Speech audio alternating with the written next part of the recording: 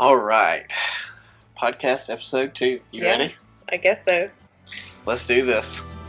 Welcome to the Bowls of Life podcast. I'm Tyler. And I'm Virginia. As we've gone through life, we've learned something important. Life is messy. There are a lot of armchair experts out there who will try to tell you how to make life simple. It's not. So you won't find any here. Instead, you'll find everyday people who have jumped into the mess of life we are making an adventure of it. Hey, sometimes we get that right and sometimes we don't. And the times we don't get it right are when we're in the middle of trying to shoot a podcast episode. But life is messy and we're going to make an adventure of it anyway. Yep. What time is it, Virginia? Showtime! That is not at all what I was looking for. What time is it, sorry. Virginia? No, that's okay. Wait, we've been listening to Hamilton. We have been listening to Hamilton. That's totally fair. I'm cool with you doing that. I don't know what time is it. Yeah, about what time is it? It's 8 o'clock p.m. Yeah, there you go. Oh, you meant literally what time it is. Yeah, like literally what time. So why are we recording a podcast in the middle of the night? Well, it's not the middle of the night. It's not. Why are we recording an episode evening night? Well, this is when our daughter is asleep. Luna, she's asleep right now. The moon is out, but Luna's in bed. Sorry, I just wanted to be silly. She's in bed, so this is our only time to be together without her. Yeah. Cool. Right? Yeah, absolutely. Okay. That's what I was looking for. I like to throw random things at you that you're super unprepared for because I feel like it'll make this more interesting. Thanks. So tonight, this evening, whenever you're listening to this podcast, this episode is going to be on Virginia. Virginia is a wife. She's a mom. She's a dietitian. She's a health coach. And she's a small business owner. And so we're going to dive into many of those things. But before we do, I have a segment that Virginia literally learned about moments ago called Rapid Fire Questions. So this is how it's going to work. I'm going to ask a question, and I'm going to give you a few seconds. And whether you answer it or not, I'm going to move on to the next question. Oh, you know I'm so bad at this. Yeah, I know. It's going to be fun for me. Okay. And probably funny. All right, you ready? Mm-hmm. You ready? All right. First question. What's your favorite cookie? Chocolate chip. What's your favorite color? Pink. What's your favorite book? All the Harry Potters. What's your favorite Jonas brother? Nick. He has diabetes like me. But that's not why he's my favorite. Why is he your favorite? Best voice. And he plays piano. Okay, cool. What's our favorite dog between the two we have? So easy. Kal-El. Aww. And they're both right here. Storm just heard that. She's very upset in her sleep. Super ignoring it. All right, well, that was a couple of fun rapid fire ones just to get you kind of started. I was ready. I was like, thought you were going to do more. Yeah, I didn't have a list, so those were all the ones I could think of quickly. Okay. All right, so cool. Virginia. Now that we know your favorite Jonas brother is Nick, and it has nothing to do with the fact that he also has type 1 diabetes, why don't you tell us, I don't know, what's your Myers-Briggs personality type? Oh, it's ENFP. Ooh, what's an ENFP? Oh, you're going to make me have to remember. E is for extrovert.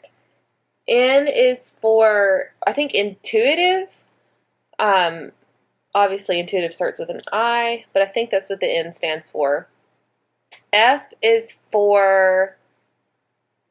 You have it and I don't? You have these. I don't have them? Friends? No. Wow. Wow. That hurt. I'll be honest with you guys, that cut deep. That cut so deep. What is F? I can't remember. It's feelings. Feelings! I apparently now have them because I've been cut real deep, guys. I have friends. There's like 2 of them. You have friends. That was a joke on you. I got like 2 friends. Okay, yeah, feeling.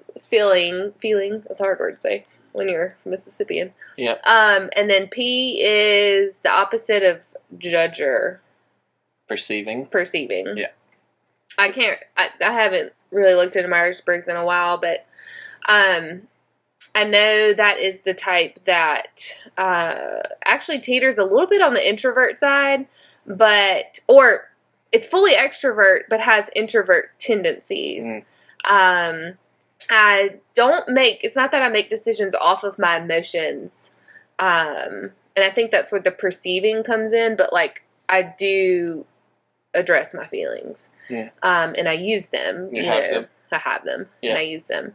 I do believe I'm very intuitive. I've always kind of thought that about myself. I feel like I have this sense, like, when I'm in a room with people, if something's not right with, like, relationship or tension in the room, or even if it's just, like, one-on-one, me and somebody, and I'm like, something's not right.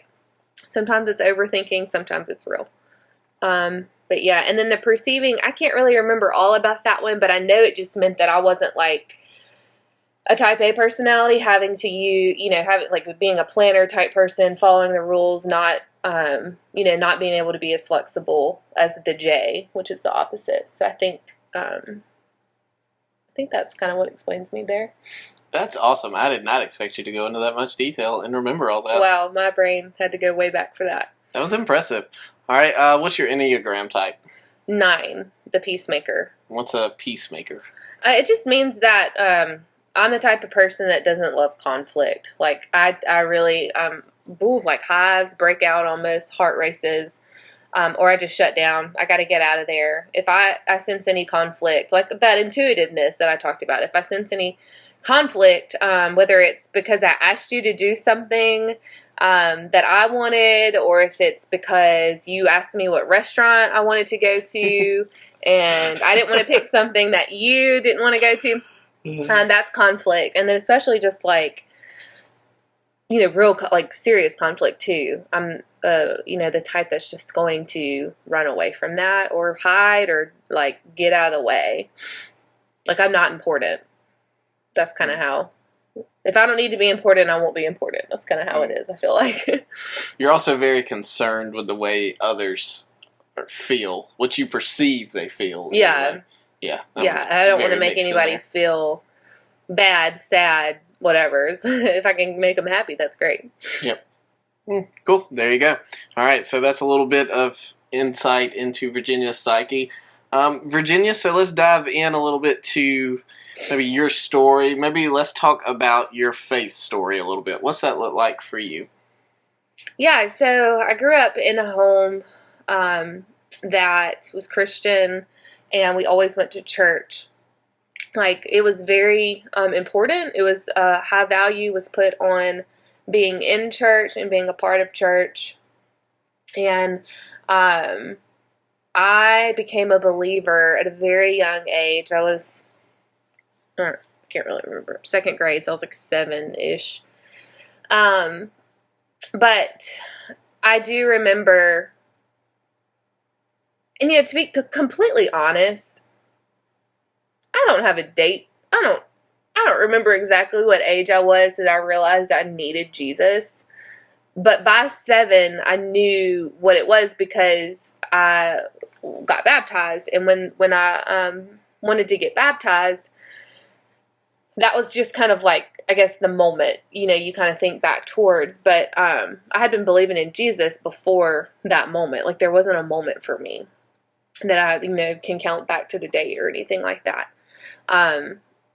So at a very young age, I came to know the Lord, and it was just because I was exposed to Him so early on, and I had great parents, and apparently had great Sunday school teachers, and they taught me that I needed Jesus. Like, I knew I was a sinner. I knew I needed forgiveness. Now, sometimes it might have been because, that fear of like, oh, you might go to hell, right. But of course, better understanding came with time. So very young age, came to know the Lord. As I grew up, being that child that grew up in the church, I was a little Pharisee at times, where I was very judgmental. I was very, probably even hypocritical, but really just, if you didn't, live like the Bible told us to live, then you obviously didn't love the Lord, or you didn't. You weren't a Christian or something. So I did have some issues there that I had to work through. And then I would say, like, post-college was when I really started to understand the thread of Jesus throughout the Bible.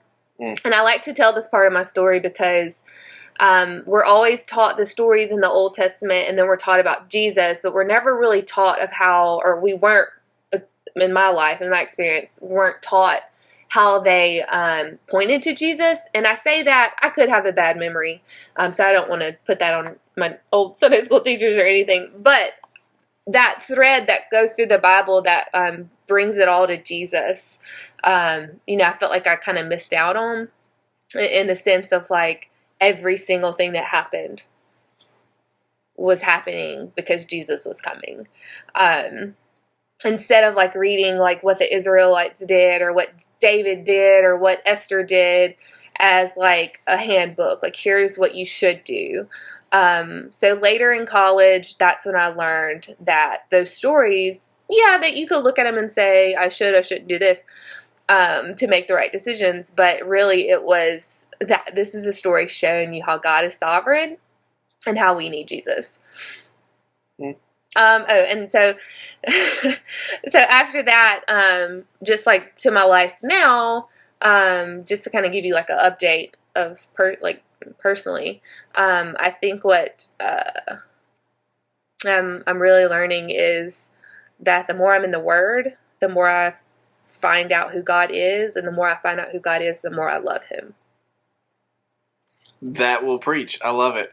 So what I'm hearing you say is at no point did you ever deal drugs or, steal cars or go to jail? No. Oh. Well, then, are you still, like, able to tell other people about Jesus even though you never did those things? Yes, even though sometimes I'd like to think that I don't have a story, a great story to tell. I do have a great story to tell because of Jesus, not because of me. Mm. So, yeah, I can still tell people about Jesus, even though it wasn't like a rags to riches kind of thing or drug dealer to saint kind of thing. I like that story. That's a good story. Well, we talked about wife and mom a little bit on the first episode, so maybe let's dive into dietitian. So, first of all, what is a dietitian, and why did you want to be one of those?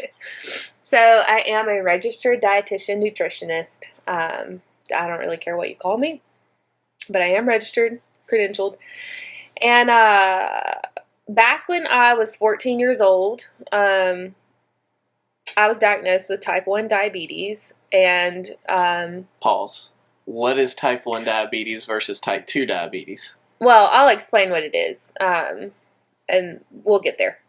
Okay. So, 4 years before I was diagnosed with type 1 diabetes, my brother was also, so that's just something I I feel like people should know. Like, we had lived through it, so... when it came time for me to be diagnosed, we knew the symptoms and figured it out pretty quickly. And so let me tell you what diabetes is. Diabetes is when you have an issue with the way that your body handles glucose, and glucose comes in the form of food. Glucose is basically like sugar, right? Yeah, yeah. Okay. But so it's not just straight sugar all the time either, but I'm not going to get that scientific on you.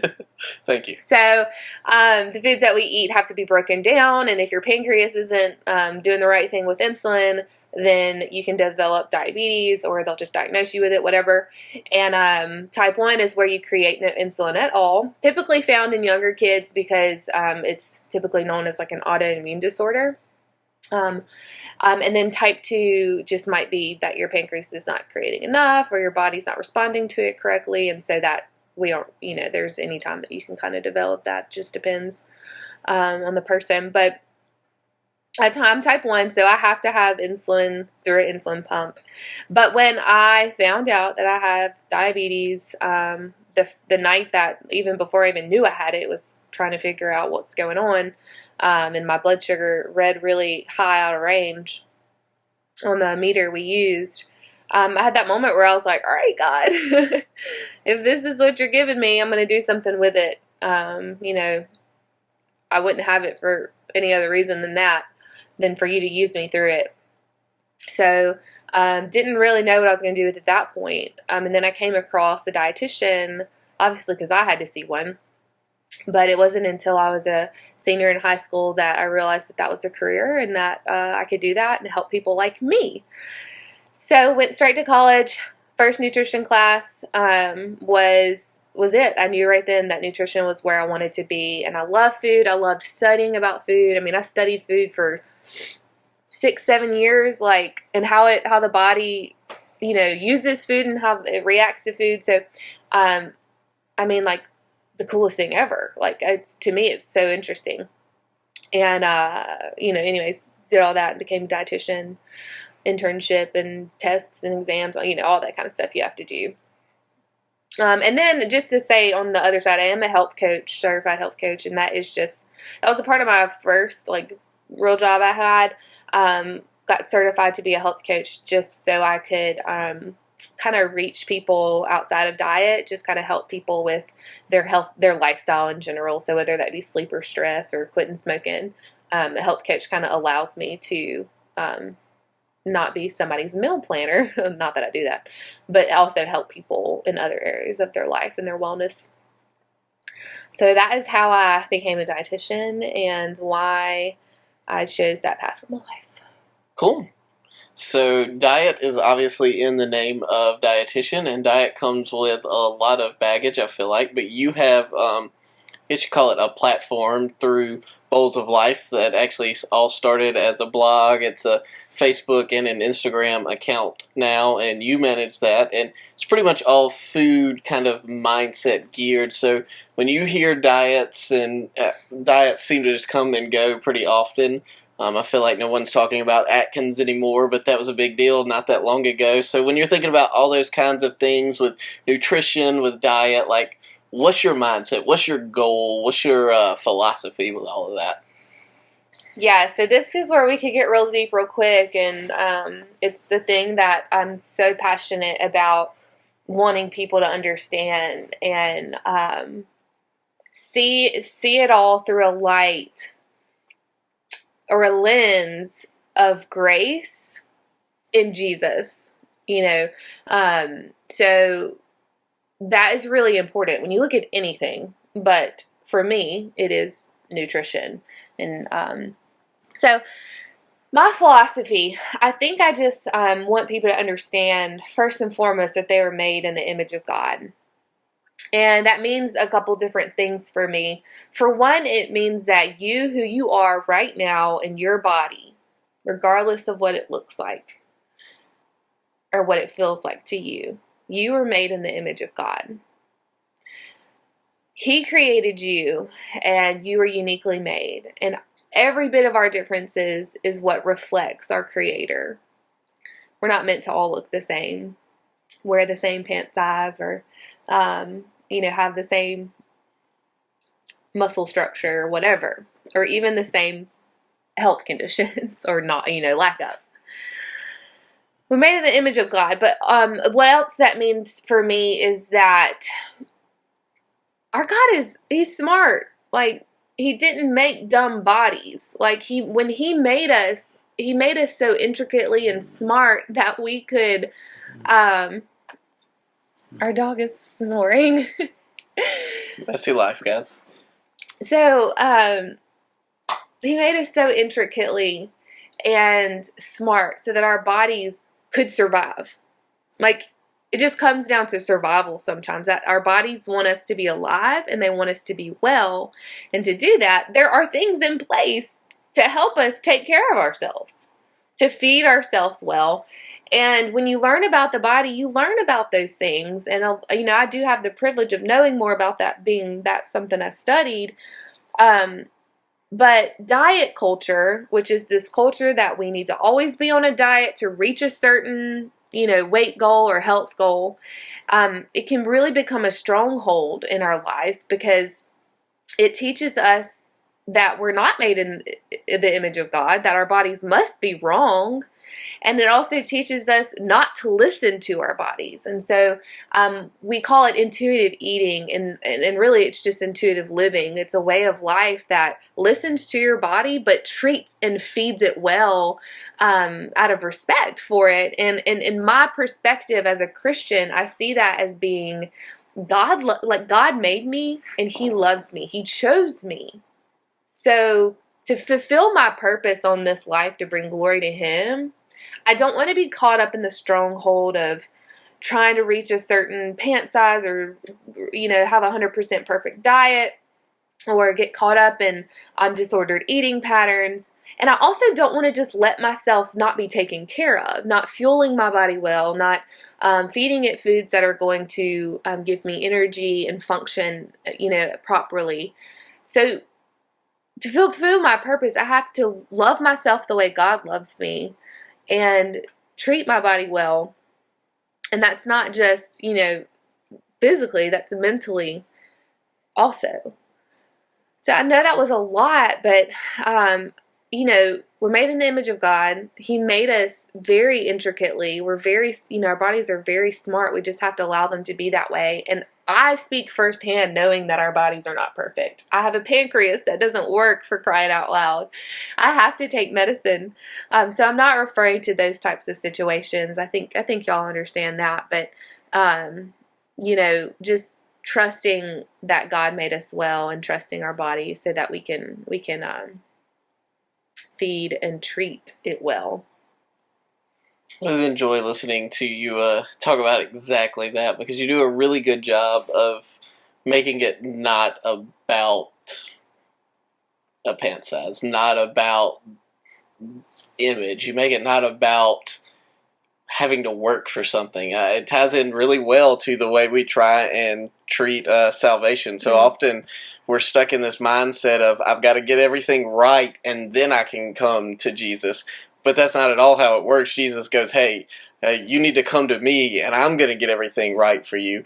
And I think with food in our bodies, typically the way we go is, I got to get this thing right and then somebody will love me, somebody will care about me, my husband will notice me better, my friends will respect me more, whatever, when really it's, if you're not respecting yourself in the way you look, if your spouse or your friends or whoever is more caught up on an image, well then that's their problem. That's not about you. You don't have to earn them. They should love you as you are. They should care about you as you are. And you should love and care about yourself as you are. I think that's where we kind of gloss over that. We forget that. We forget that often. But, another thing, I use scripture to on my platform because I believe that I could tell you stuff all day long, but if I'm not giving you the word, then it doesn't mean anything. So, for one thing, and I mentioned the scripture when I talked about the name Bowls of Life and where that came from. The thief comes to kill, steal, and destroy, but Jesus came so that we may have life and have it abundantly. So Jesus died so that we would have abundant life. Well, what does that look like? Does abundant life and abundant joy come from a health goal? Whether it is a weight or a pant size? Not likely. But in Psalm 16:11, it tells us, or the writer says, you reveal the path of life to me. And he's obviously talking to the Lord. In your presence is abundant joy. At your right hand are eternal pleasures. There is nothing on this earth. There is nothing in that app that's telling you to reach this goal. There is nothing in that diet. There is nothing in that program or supplement that is going to bring you joy. It is the presence of the Lord that is going to bring you that abundant joy and give you eternal pleasures. You don't get that anywhere else. Yep. So I don't want I don't want people to be caught up in that stronghold of food struggle or diet struggle or body image struggle. And so that's what I fight on a daily basis with my clients, with my friends. We have conversations with people on social media. It's hard, and it's a diet culture is it's a multi-billion-dollar industry that the diet industry is, and the culture is toxic. So I want to get away from that. I want to fight that. I want to get the anti-diet, non-diet mentality, reject that mentality, and help people love themselves the way that God loves them. So what's a practical step for me to take to try and get out of that culture? To get out of that culture, Well, first I will always say, if you're going to ask me first step, go to the Lord in prayer, and seek Him in His Word. And I know that sounds so like, well, duh, Virginia, I do that every day, or like, of course I'm supposed to do that. Seriously, if you have a stronghold, you need to go to the Lord and get that handled. Okay? Now, is it going to happen overnight or with one prayer or with one Bible devotion? No, it's not. So you're going to have to do things in your life. So step one, meet the Lord. Step two, start to change your environment. What kind of social media influencers are you following? Is it before after pictures? Is it all of these weight centric type messages or body changing diet messages? And are they polished? Are they photoshopped? Is it what's your culture and environment looking like? And you have to change the way that you talk to yourself, looking in the mirror, or God, let me go. And Jesus died so that we wouldn't have guilt, right? Like, we're not supposed to have guilt. And I think that goes so far as to say there's no reason for food to bring us guilt. So you've got to get out of that cycle of feeling guilty because you ate something, when food is our fuel, like we have to eat. Getting out of that guilt shame cycle, by self-talk and prayer. And the other thing I was going to say is maybe talk with somebody like a therapist, or maybe a dietitian who is on this train of anti-diet, or a mentor even.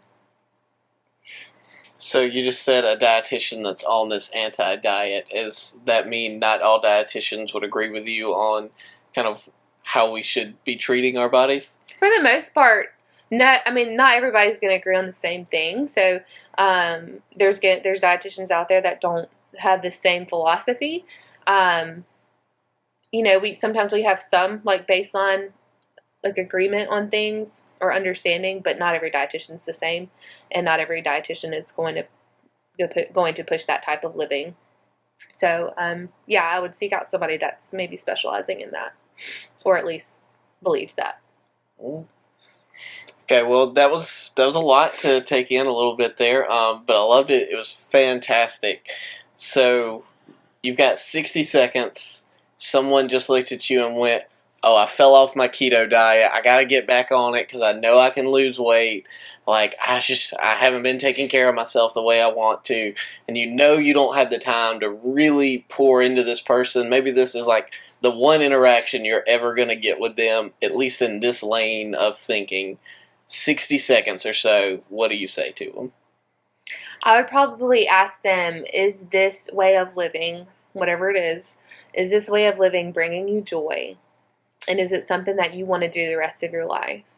And if they tell me no, I would say, well, let's talk about a way that you can lead a healthy life that works for you, but is something that will bring you joy.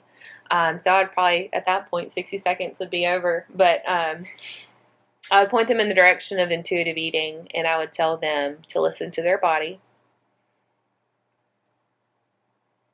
And you're going to hear me say this a billion times, but and feed your body well. But that means a lot. So, I can't just like throw that at somebody and let them go. Mm. One more I'm going to add on to the end of this one. We got a 1-year-old daughter. She loves to eat. That girl's an eater. She gets very excited about food. And so a conversation we actually had like the other night was us needing to be mindful of the way we talk about that. And who knows, she might be a bigger girl because she likes to eat, and that's perfectly fine. That's the way she was made. Exactly. So what are some ways that maybe we can change the way we talk about our bodies and talk about other people's bodies and their eating habits to help kind of change our mindsets? Yeah, so first of all, kids are so, They're like a sponge. Yeah. They take it all in. So be very mindful of the things that you say in front of them. But you got to be, even to yourself, you want to be mindful of the things that you say in your mind and out loud. So the thing is, we have to understand, again, that we're made to be different. Our bodies are going to be different. We're all made in the image of God, and no body no one body is better than the other. So we have to remember that first. And then second of all, when we talk to each other, we have to remember that, like, my weight, my pant size, I say pant size a lot, but you know what I'm saying, like my size, my looks, my hair color, all of those things about me on the outside, they don't bring me value. Okay, they're not what brings me value. They are not where I find my identity. They're not where I find my identity. And if we can change the conversation or change the topic by stop talking about people as if they're ornaments and start talking about them as if they're instruments for the Lord, I think that makes a huge difference on how we will view and talk about ourselves and other people. And that is not, I don't remember who said that, but there is somebody out there that made that statement. And so I don't want to take credit for that. We are not an ornament, we are an instrument for the Lord. So, there's got to be some neutrality. You got to be like, okay, this person is a bigger and a larger body, and there's nothing wrong with that, because we see that or we say those things and we think that's automatically negative, and it's not. So bring some neutrality towards these words, but also just like stop talking about it as if it's a big deal, because it's not important to our purpose on this life, on this earth. Thank you. That was good stuff. I'm a guy, and typically no one thinks of guys as having food disorders or anything like that. And while I've never had a food disorder or any kind of disordered eating, I am very consciously aware of the fact that I'm about 30, almost getting closer to 40 pounds heavier than I was coming out of high school, even still 20, 30 pounds heavier than out of college. And we're not that old. It'll probably only ever get worse. But I'll say, listening to you talk about the way God created us and our bodies in His image has been helpful for me not to feel horrible about that. Right. Two things I would say to what you just said. First of all, our bodies are meant to change. Yep. And you hear me say that all the time. Our bodies are meant to change, and I won't even go into all of that, but from, teenage, young adults, later in life, our bodies are going to change, and we just have to accept that, because again, our bodies are not what give us value. But also, don't just assume that it's going to get worse. That's not necessarily true. Yes, our bodies are going to age and break down, but you're not just automatically going to get worse in the sense of unhealthy or whatever. And again, we have to, going back to what I was saying a second ago, like just being larger doesn't necessarily, it doesn't equal bad. Yeah. Some people would disagree with me on that, and I totally understand where you're coming from, but I'm taking away the value and the identity that we seem to so strongly try to find in our size. But yeah. Cool. See, I'm learning things right here with you guys. Appreciate that. Yeah. Well, let's take a quick break, and then I want to talk about a new aspect of your life. Awesome.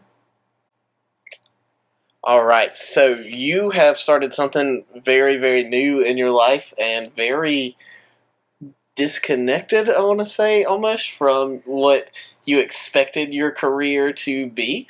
And so you have started a small business. We mentioned it briefly in the previous episode, talked about the fact that we've told most people about it, but haven't actually officially launched it just yet. So tell me a little bit about this business, how it came to be, why it came to be, all that jazz. Yeah, so first let me tell you, it is called Virginia's Vintage Rentals. And let me tell you the story behind it before I just tell you what it is. But that's what it's called. So years ago, back in the 1950s, my grandparents, they opened a small business. It started out as a watch repair store, and it turned into and then my grandmother came and put her flair on it, and it ended up being a jewelry and gift shop along with the watch repair. And over the years, they, of course, sold beautiful china, beautiful crystal, beautiful glassware, and even some home decorations, and candlesticks are the only things that I can really think of because that's the main item. But all of these items, even some napkins and table, like cloths and linens and stuff. So, a huge variety of things that they sold in the store, and they still are going today. My mom is the main one who runs it. But what's the name of that store? Where can I find it? It's Major's Jewelry and Gift in Quitman, Mississippi. So and you can get your engagement ring there. So if anybody's wanting to get married, they have beautiful, beautiful rings. Or you can order, you can find one that you like and order it. Anyway, sorry, plug for my family's business. But so over the years, my grandmother, who loved beautiful things, if something didn't go home with a customer, she brought it into her home. So if it was like a discontinued item, or like the china, if it went discontinued or nobody bought it in the store, she brought it home and she displayed it. So yes, a little bit of a hoarder mentality there, but she collected all these things. And my grandmother, Memaw, she passed away. My papa has been passed away since I was about the time that I got baptized, actually.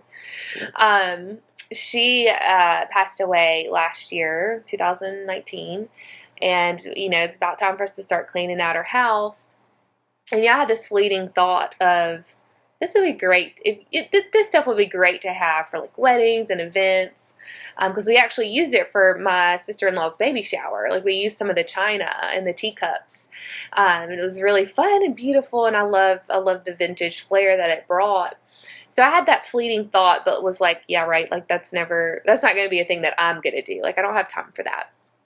And my cousin was actually just getting married a couple months after I had that thought, maybe a month after. And she was already like using some things out of my grandmother's house for her wedding. And we actually get to the wedding, we see everything like laid out, and there's another business that she rented from that was beautiful china and decorations and all these things that we have in my grandmother's house.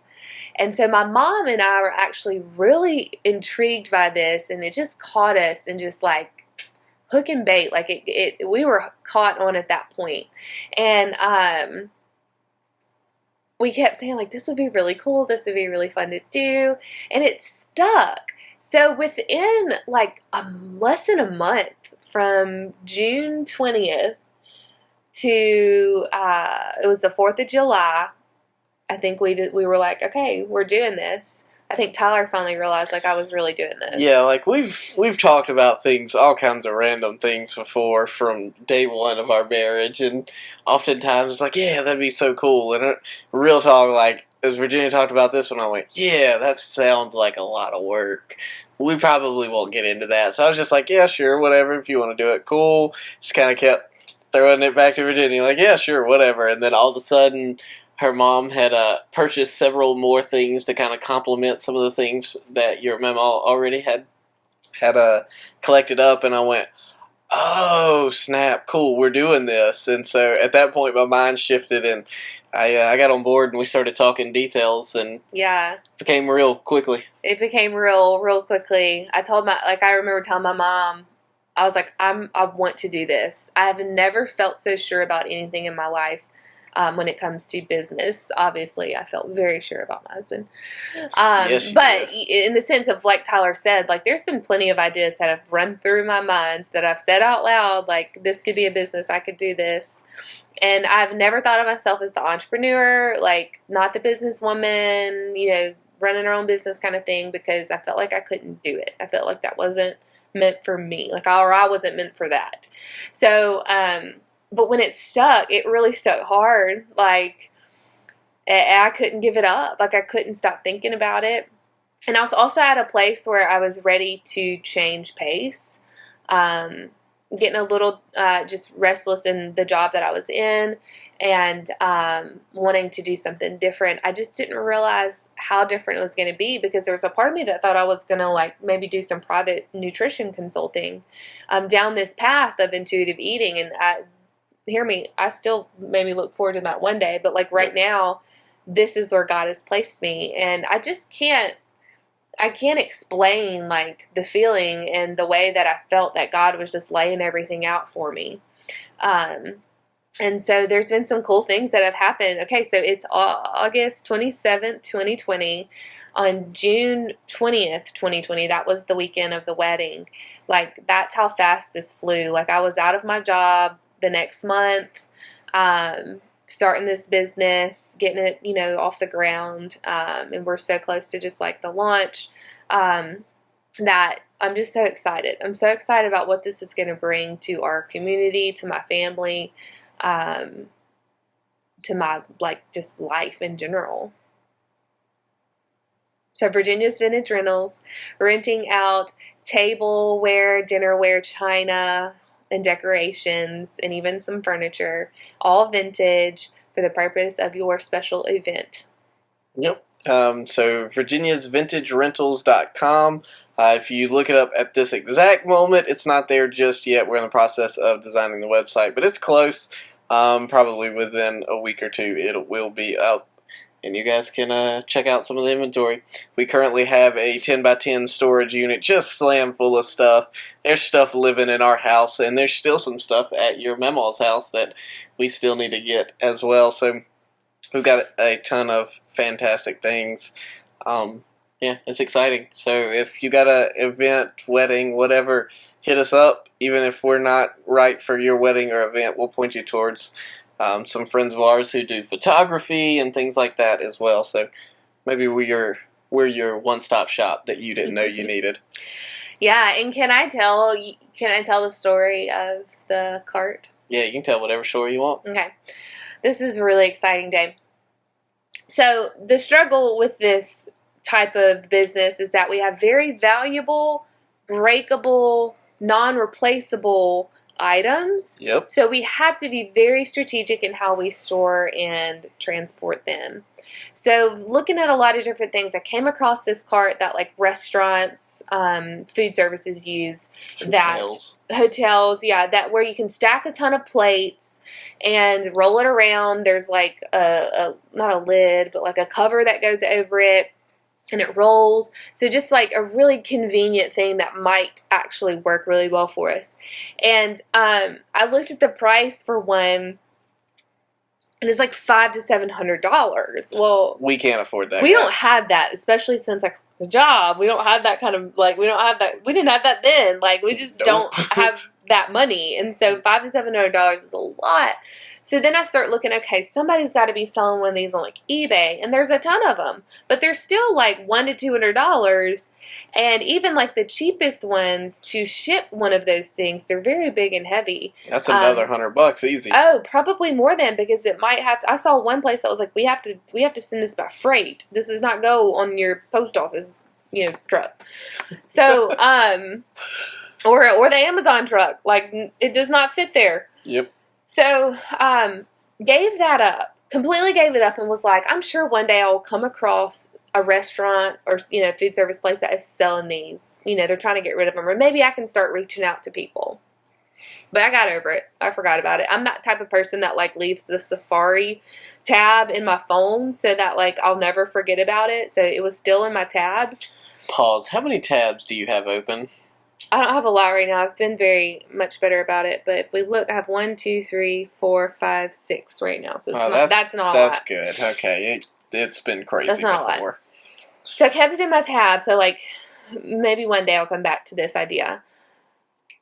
I had a friend message me last Friday, just a random Friday, and she was like, "Hey, look, McLean Lodge, which is a wedding venue / safari and buffet restaurant and general store, like all the things. But they do weddings and they have food service. They have a caterer, I think, on site." And she was like, "Hey, look, they're doing a yard sale," and she showed me the Facebook invite. I just thought this might be interesting for your business. And I was like, okay, I'll go check it out. And like, the thing is, I have $80 in my pocket. That's it. Okay. That's all I got to spend. I cannot swipe my card on anything, which they only took card anyways, but I had $80 in my pocket. And that was from Luna's first birthday party. The things that Tyler's mom bought that we didn't use, I returned to them and got $80. And that was all I had. Thanks, Mom. Thanks. I know that we were supposed to save that. for something else, but this was more important. And I offered it to her. She didn't want it back. So anyways, that's all I had, and I went to this yard sale thinking I would find maybe one or two things. I didn't think they would have much of what I was looking for, and I'm walking around, I'm seeing a few things, but not anything I really want, and I almost ran into it. The cart. The actual, I forget what they call them, whole plate cart thing. And I looked up, and I was like, is this for sale? I yelled it at the woman, and she was like, yeah. And I was like, how much? And it was an offer, do an offer thing. I offered my whole wallet to them. I just was like, I have $80. I need this thing. And they gave it to me. I probably could have asked for it for 20, but I'm not a good negotiator. And I knew it was worth it, So I handed them the $80, and I was by myself. I luckily had Tyler's vehicle for whatever reason. I rolled that thing out to the car. I hiked it up on my legs, and I put it in the back of the vehicle, and I got in my car, and I cried, and I shouted for joy because God answered a prayer that I had not really even prayed for. Preach it. I am tearing up right now thinking about the fact that he did that. Like, I didn't ask for that, but I wanted it, and he knew it was something that would show me that he's going to provide. Like, this is a hard leap of faith we made this year, and God is going to provide for us, and he just wanted to remind me of that. So, it was awesome. And I texted, actually I videoed that friend because I couldn't text. I was like, I love you so much. Thank you so much for telling me about this yard sale, because it was a great experience. So I just had to share that because that was such a small thing, but actually it was huge. Here you go. Virginia Bowles, wife, mom, dietitian, health coach, and now small business owner with a cart that moves plates and stuff. Last question. What's messy in your life right now that you actually love? I should have thought of an answer for this question. I think it's my current, I guess you can call it, routine schedule. And I say it's messy because it's a little uncertain right now. I have a job that's kind of make my own hours, but I still have to get hours in if I want to get paid. And yes. I'm trying to figure out this whole owning a business thing. And like, again, I make my own hours, so if I don't work, I don't produce fruit. And also, like, maybe picking up another job just for the meantime, doing some stuff that I love, like health coaching. So, like, in this whole, like, I have no idea what I'm supposed to do day to day, and I'm trying my best. It's really messy. But I think I'm loving it because it's given me a little bit of time to relax, to go from like a really corporate 8 to 5 strict kind of job setting to a much more relaxed, and I can make my own schedule. I can see Tyler more if I want. I can help out at the church for something if I need to. I can go pick up my daughter from daycare a little bit early if I want. Never thought I would ever have a place in this world like that, like a job like that, but I do right now, and so I'm trying to embrace it, but I'm also trying to steward it well. So yeah, that's what's messy in my life that I'm loving. Awesome. Thank you for sharing some of your story, for your philosophy on food, and the fact that it is 100% filtered through us being made in God's image, and also this new journey you're on with starting a small business. Yeah. So here's what I need you guys to do. I need you to go to wherever you're listening to this podcast and rate us. You can hop on Apple Podcasts and rate us there too, though it's not my preferred listening platform. I need you to listen to our podcast. Listen to it a bunch. Just like play it on loop if you want to. If you're on Spotify, you can hit the repeat button and it'll just loop it around and around and around. You can put it on Spotify 3 times speed. It plays one of these episodes in like 5 minutes or something ridiculous like that. You'll not understand a single word that we say, but all of these plays are quite helpful for other people to find us. and we super duper appreciate it. You could even take the time and leave a review on there telling the whole world just how amazing Virginia is and how much you wish that guy would hop off and it would just be Virginia. And that's perfectly fine. I understand. I feel that way sometimes too. She is quite awesome. I appreciate you, awesome wife. I appreciate you guys that are listening. And we'll see you guys again. Have fun enjoying your life, even though it's messy. Make an adventure out of it.